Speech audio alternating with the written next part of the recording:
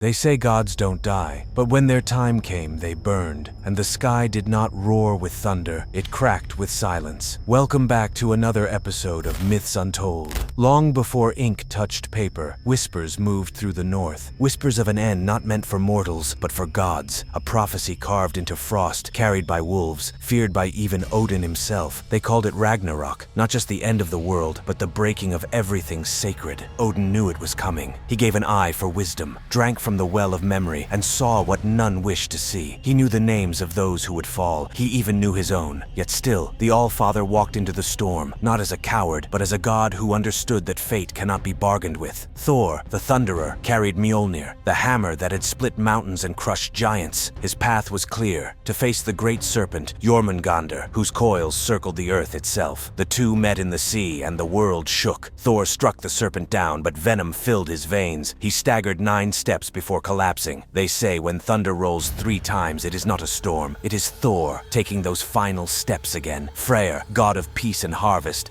once gave away his sword for love. When Surtur, the fire giant, rose from Muspelheim with flame brighter than the sun, Freyr had nothing but courage. Some stories claim he fought with antlers torn from a stag, battling fire with bone. Heimdall, the watchman, sounded the Jallarhorn. Its cry shook every realm, a warning that the end had come. But the last figure he saw was Loki, rushing toward him. Once brothers, now enemies. Their battle tore through the air, and in the same heartbeat, both fell. Old songs claim the northern lights are their fight still burning. Heimdall's white fire against Loki's shadow. And then came Fenrir. The wolf, once bound by trickery, shattered his chains. His jaws opened wide enough to swallow the sky. Odin stood against him, but the wolf devoured him whole. Yet vengeance followed. Vidar, Odin's silent son, stepped forward. On his boot, stitched from scraps of leather gathered through centuries, he braced Fenrir's jaw and tore him apart. Not for glory, not for fame, but for his father. In Norway, cobblers once cast scraps into the fire, whispering, "Save them for Vidar's shoe."